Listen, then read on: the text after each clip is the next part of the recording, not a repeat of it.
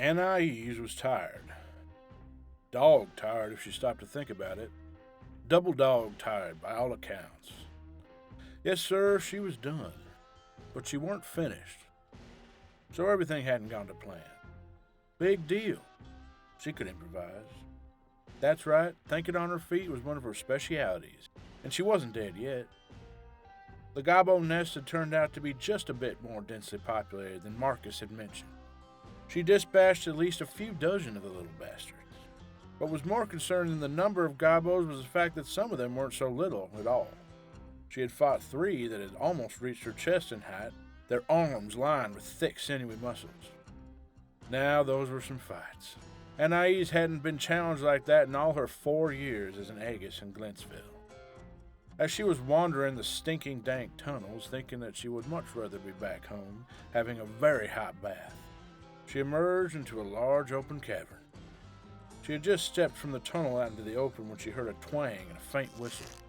She had just enough time to turn her head towards the sound when a crude gobbo arrow grazed her cheek, sparking as it slid across the stone-like flesh of her face.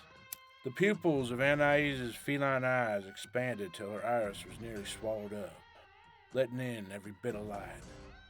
She focused her sight in the direction the arrow had come from, and after a second or two she found it. Perched on a stalagmite with a carved-out ledge crouched a gobbo archer. He was taking aim for another shot, but before he could let loose the arrow, Anais picked up a small stone from the ground and flung it with all her considerable might. The stone whizzed towards the gobbo and struck it square between its large yellow eyes. Anais heard a gurgle and a thump as the body hit the cave floor. She allowed herself a small smile. That was fine work, if you asked her. She let out a quick sigh and slumped to sit with her back against the stalagmite. Ain't no way that was the last of them, she thought, but she could take a quick breather. Putting the water skin she had brought to her lips, she took a long pull of that refreshing liquid. Killing gobbos was thirsty work. Any Aegis worth their badge knew that. Hydration is key, she thought, as she rose to her feet and brushed the dirt from the seat of her pants. She stretched a bit, tried to fight the urge to yawn, and lost. Looking around, she tried to get a sense of which way the main chamber would be. Deciding that the archer was probably guarding something, she sauntered over to the stalagmite it had fallen from. Sure enough, just behind it was a rather small tunnel adorned with gobbo charms and markings. Anais frowned. Standing at almost 7 feet tall, not counting her horns, she doubted she had even a slim chance of making it through that tunnel. She crouched down to peer into the blackness of the hole. It seemed to run very deep, and all that reached her ears was a faint chittering. Anais took a deep breath. Hey! Come out so I can kill you! She had never been one for subtlety. The chittering fell silent. She started ripping the charms off the wall and crumbling them. I'm desecrating your shrine or whatever it is. She shouted down the hole. No response. Opheldra's wrath! She swore, kicking the cabin wall with her steel-bladed boot. I knew they should have sent Rummy, she thought. What did I tell Marcus? I ain't suited for tunnel duty. Does he listen? No. Sulking and pacing around, Anais was too distracted to notice a gobbo war chant rising eerily from the tunnel. She was still mumbling obscenities under her breath when the chant reached a volume that could not be missed. She made a face somewhere between a smile and a frown in the dark of the cavern.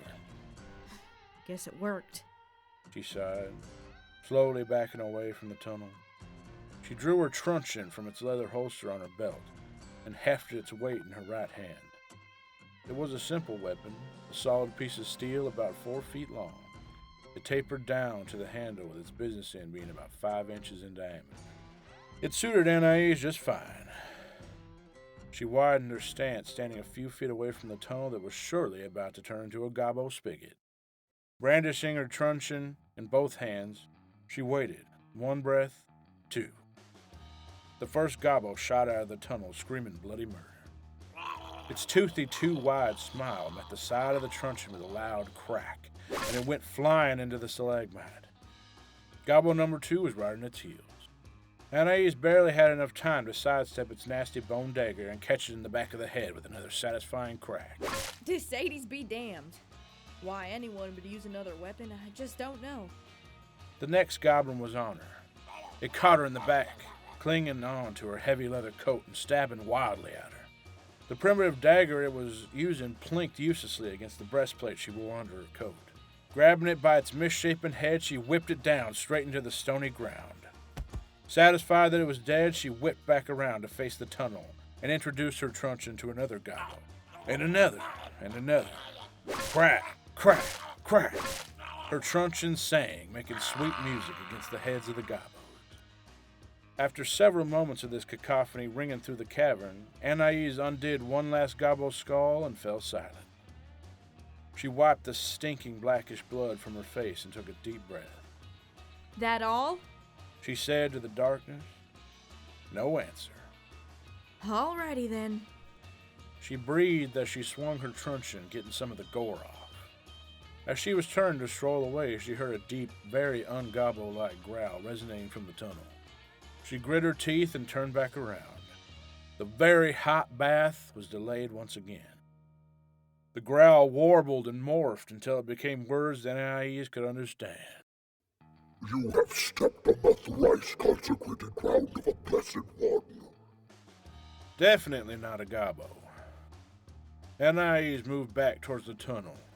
What was it? As she approached, something started to squeeze out of the hole in a very unnatural way. It looked somewhat like a gobbo, Anais thought, only much larger.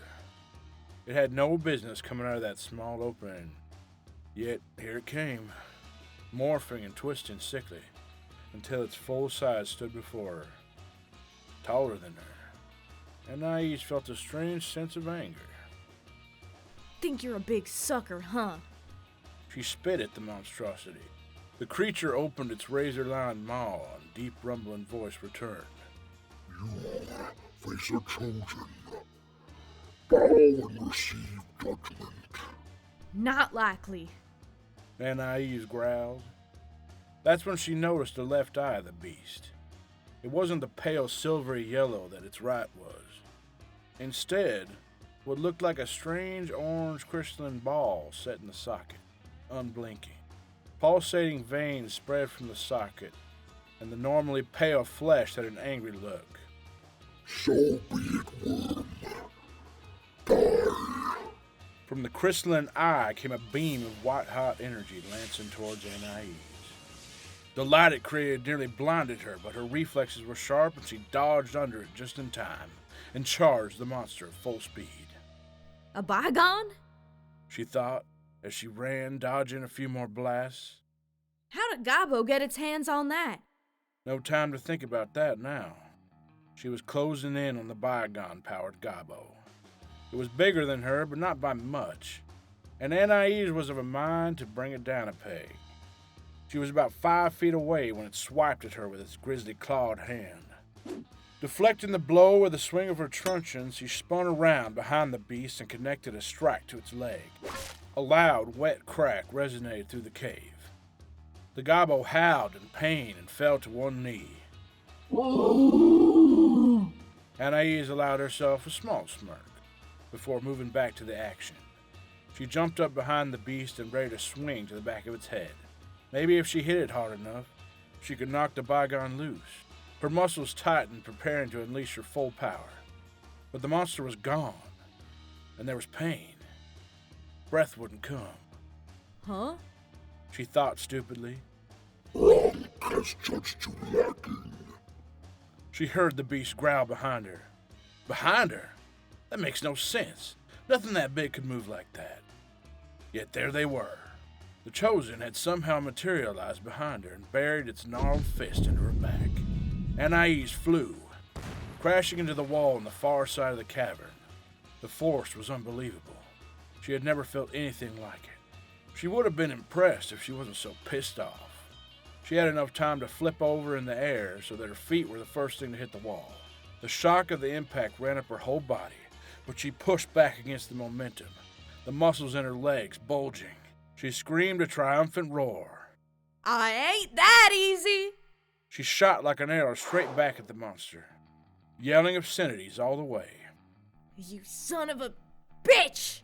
You little bastard! The bygone powered up again and sent that beam straight at her. Having no way to dodge mid-flight, she braced to take the full force of the attack. It probably wouldn't outright kill her. The beam struck and Anais kept flying through it like a salmon swimming upstream. It was hot. She could tell that much. And her uniform was definitely toast. She would get scolded again by Miss Crowcatch. But she wasn't dead. She grit her teeth in a savage smile. Looks like your toy's no good on me! She cried as she made impact. She struck the gobbo in the chest with both fists, knocking it back into the wall with a large crash. Using the force of the blow to push herself back, she landed on her feet in front of the now downed monster. Having no time to waste, she immediately jumped on the monster and grabbed the bygone, trying to wrench it from the socket. The gobbo struggled weakly against her. Oh, honey, you're all done now. Just relax and let go. I'll get this nasty bygone out of you. Anais chided. The bygone finally popped free, and as soon as it did, the gobbo screamed and shriveled back down to the appropriate size. See? All better. She said with a sigh, collapsing on the ground next to the dying gobbo. She took a few long, deep breaths and took stock of herself. She seemed to be all there. Her uniform, however, was destroyed, just as she knew it would be. She could already hear Miss Crowcatch's shrill voice ringing in her ears. For now, though, she would just lie here a moment, basking in victory. The breather was unfortunately short-lived, however. Anais knew she needed to get the bygone back to Glintsville and have it safely secured. Hopping up off her back and standing upright again, she looked around the cave. She found her truncheon and scooped it up off the ground. With the bygone in one hand and her weapon in the other, she began the trudge back to the entrance of the cave. The smell of the fresh open air nearly brought a tear to her eye. She breathed in deeply as she stood just outside the cave. Tall pine trees spread out in every direction, and their scent filled the air. She stretched absently. There was a deep soreness in her muscles, causing her to wince slightly. She wanted to just lie down in the sunlight and clean air, but knew that she had to make it home before she could get some rest. Sooner the better, she thought, as she crouched down, gathering power in her legs for the first step.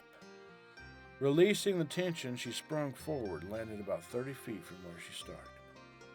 As soon as she landed, she stepped again, sailing another 30 feet, continuing on her way. This was Anais' preferred mode of travel, as she was typically much too heavy for horses and other such beasts of burden. Anais stopped and ditched him for a few minutes to catch her breath, and let them know that the gobbo problem wouldn't be one anymore. She got a few odd looks from the townsfolk, probably on account of the state of her clothing, but mostly they were very grateful. She bid them adieu and flung herself off in the direction of Glintsville.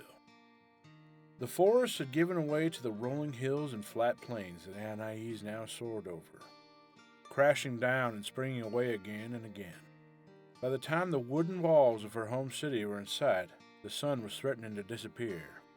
She landed on a hill and stopped to take in the sight of the sun setting, and its rays glinting and dancing on the water of the massive oasis pool in the center of town.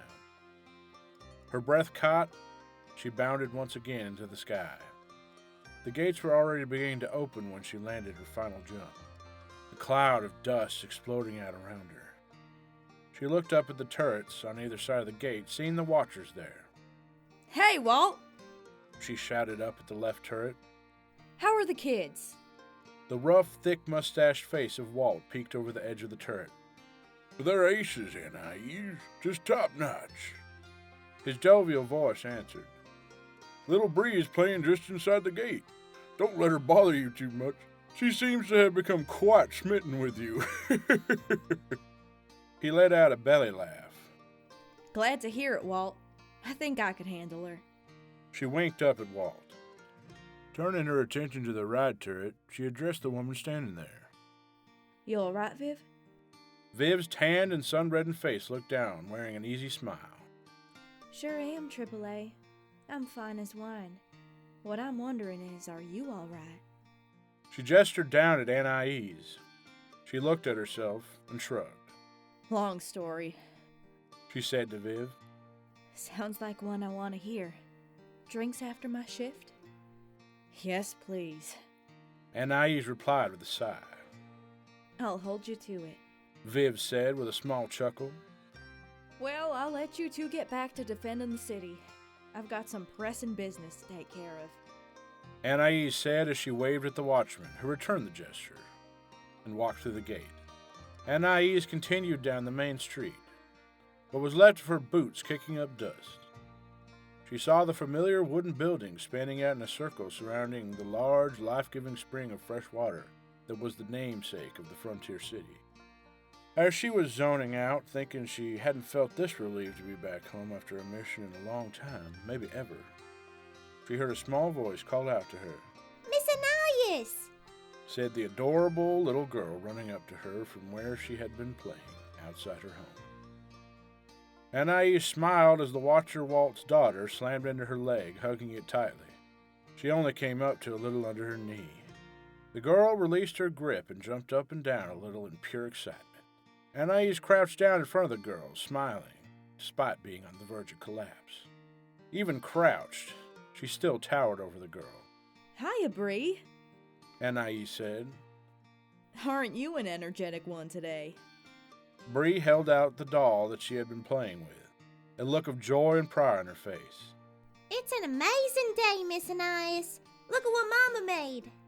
Anais inspected the doll and found that it was, in fact, a quite well-made likeness of herself, complete with horns and her truncheon. She made a show of opening her eyes wide with surprise. Wow! Is that me? She said, pointing at herself. Bree nodded her head emphatically. And look! She said, pointing at her head. Anais's weary eyes hadn't noticed, but the girl's flaxen hair was done up in the same kind of braids that she always wore hers in. Oh my word! She said with a dramatic gasp. Why, that just might be the prettiest hairstyle I've ever seen. Wherever did you get that idea from? The girl burst into giggles as Anais picked her up and spun her around a few times. All right, you run on back to your mama now. She said as she set the girl back down. Bree was still giggling and red-faced with excitement. She hugged Anais's calf once more, then ran off. Anais waved at the Watcher's wife, Diella, and turned away to continue her march. As soon as she turned, she caught sight of a figure bustling towards her down the dusty street. The figure was a man, albeit a short one. He stood just above 5 feet tall. On top of his head, he wore a wide-brimmed conical leather hat with the Aegis shield emblazoned on the front. The coat that he wore was a faded maroon and seemed a size or two too large for his small frame. He wore it buttoned all the way up so that its high collar hid most of the bottom of his face. The face that peeked out between his hat and collar was a round and rather boyish one. Freckles spotted his light olive-toned skin. Messy tufts of dark gray hair sprung from beneath his cap, almost obscuring his large round yellow eyes. He finished his bustling and arrived before Anais. His big eyes darted in every direction, trying to look everywhere except at her exposed stony flesh. Howdy, Punch. Anais said casually. What brings you here? Shouldn't you cover up? He said, his voice unsteady and slightly too high-pitched. It's not befitting of an Aegis officer to... He trailed off, losing his train of thought. He had lost the fight with his own eyes. They no longer darted, but stayed fixed on Anais's body. She snapped her fingers in front of his face. Come on back to me, Pontius. This ain't anything you haven't seen before, and I've got nothing to be ashamed of. Anais struck a small poise with a pointed-toothed smile. Ponch snapped back to reality and seemed to have turned a few shades redder. His thoughts back under his command, he remembered why he had come to meet her. You were gone a long time, he said, his voice back to normal. What happened out there? Anais sighed. This happened. She held out the bygone, showing Ponch the strange crystal orb. He took an instinctive step back. Is that? He started. A bygone? Anais finished. I'd say so, though I've never actually seen one. Ponch's face blanched. We have to send word to New Echelon right now. We can't just have that thing lying around here. He said. Then he looked from the orb back to Anais's half-melted armor and scorched clothes. Did that He said, pointing at the orb. do that? Pointing at Anais's clothes. Sure did. She answered. You took a direct hit from it and lived? He said with shock and awe in his voice. Anais smiled fiercely.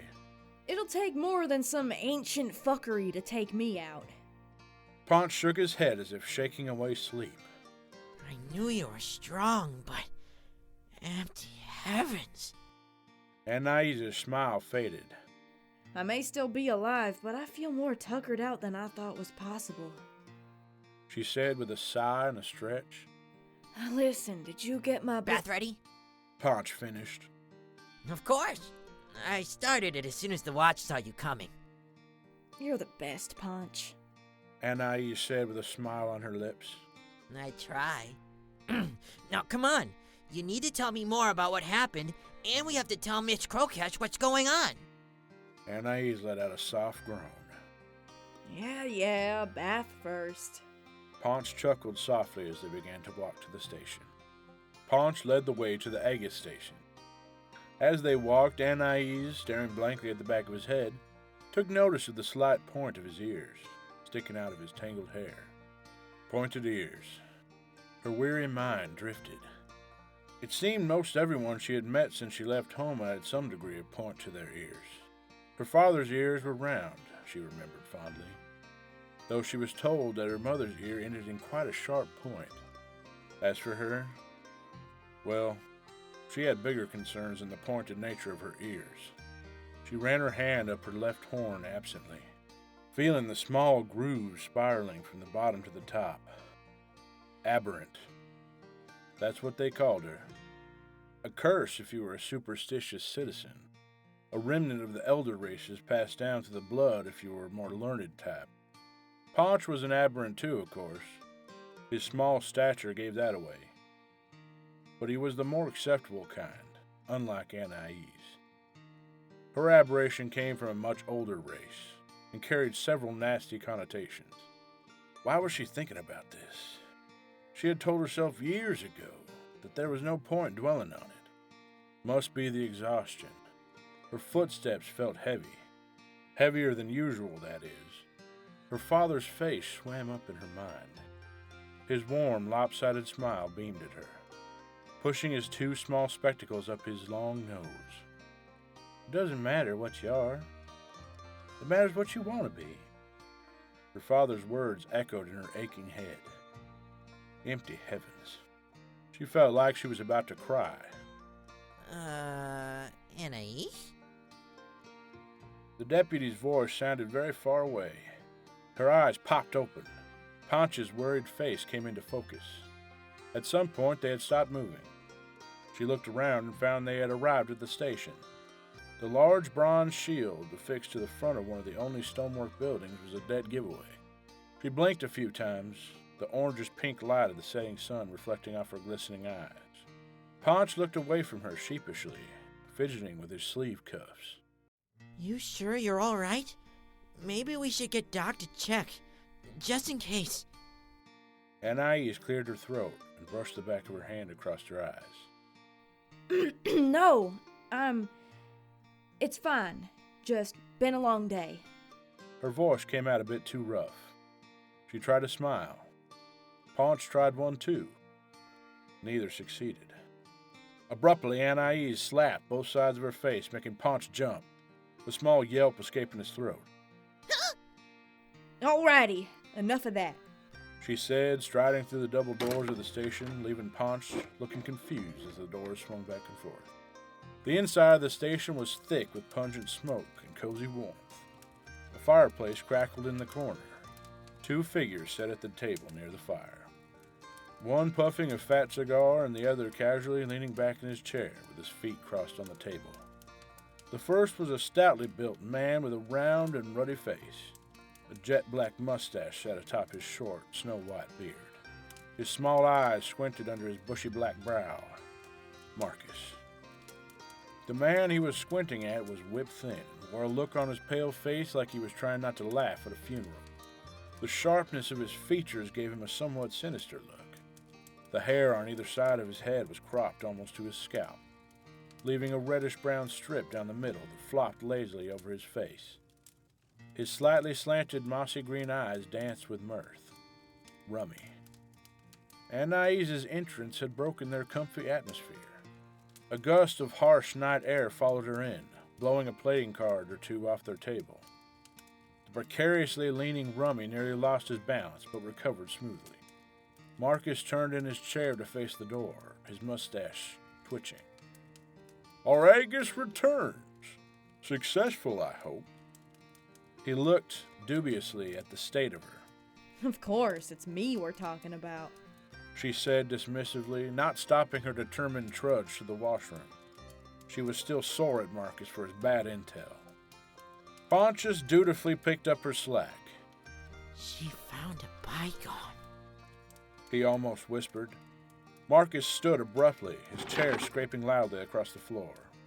Anais vaguely heard snippets of their urgent discussion, but her crusade took her out of earshot. She stopped for a moment in her office. It was a small, messy room filled with papers and other staples of her station. Going to the safe, she popped it open and placed the bygone orb into its cavity. Shutting and locking it, she was satisfied. To the tub, then. The washroom was larger than her office, mostly on account of the massive cast-iron tub that it had to accommodate. The tub was bubbling delightfully. Greenish flames licked around its edges, but left everything else untouched.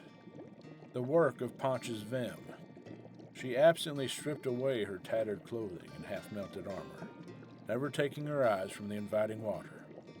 Leaving her former uniform in a heap on the ground, she opened a drawer and retrieved a large black egg with a rough shell.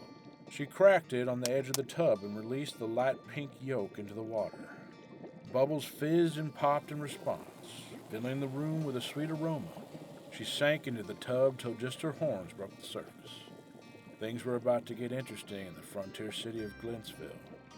For now, though, she would soak.